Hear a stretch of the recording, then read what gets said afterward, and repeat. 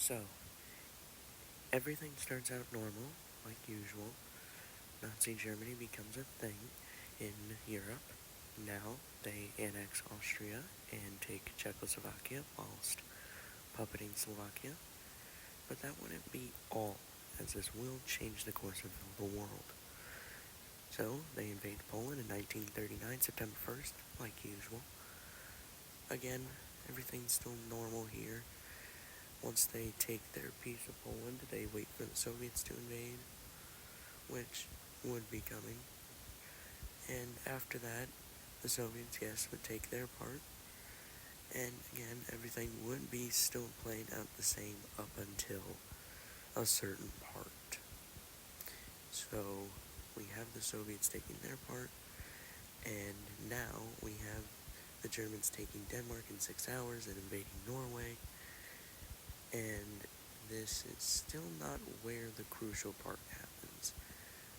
So, after going after the lowlands and the Dunkirk, like real life, France, or 600,000 troops will be captured at France, or at Dunkirk, and France will fall very fast.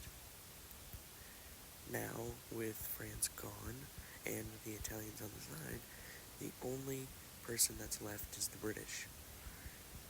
Now, the Germans have to have control over the English Channel to invade the British Isles. Now, in this alternative scenario, the Battle of London, which did happen in real life, and was an amazing feat for the British, as it stood as a standing point that they were still in the war. But in this alternative universe, the Germans controlled the English Channel, and they won the Battle of London, and the RAF did not bomb London as much, or the Luftwaffe.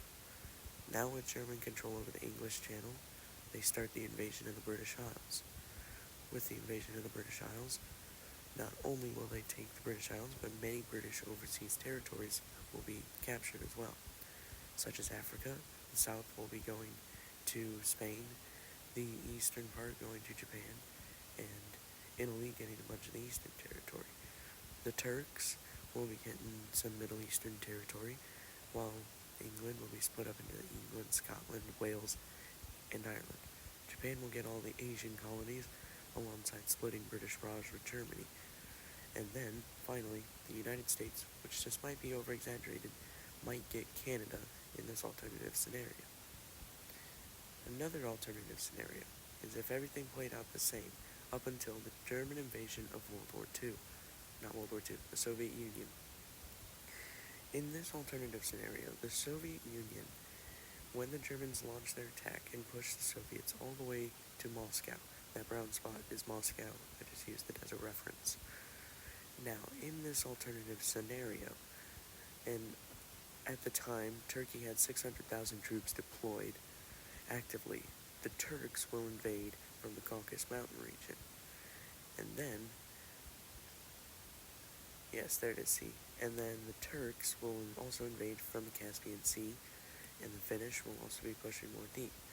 Japanese could invade from the east, and with the Turks still pushing into Central Asia, the Germans in the east, same with the Finns, and the Japanese all the way in the east, then this could potentially stop the Soviets from ever winning, and they could capitulate, and this is how they would be divided.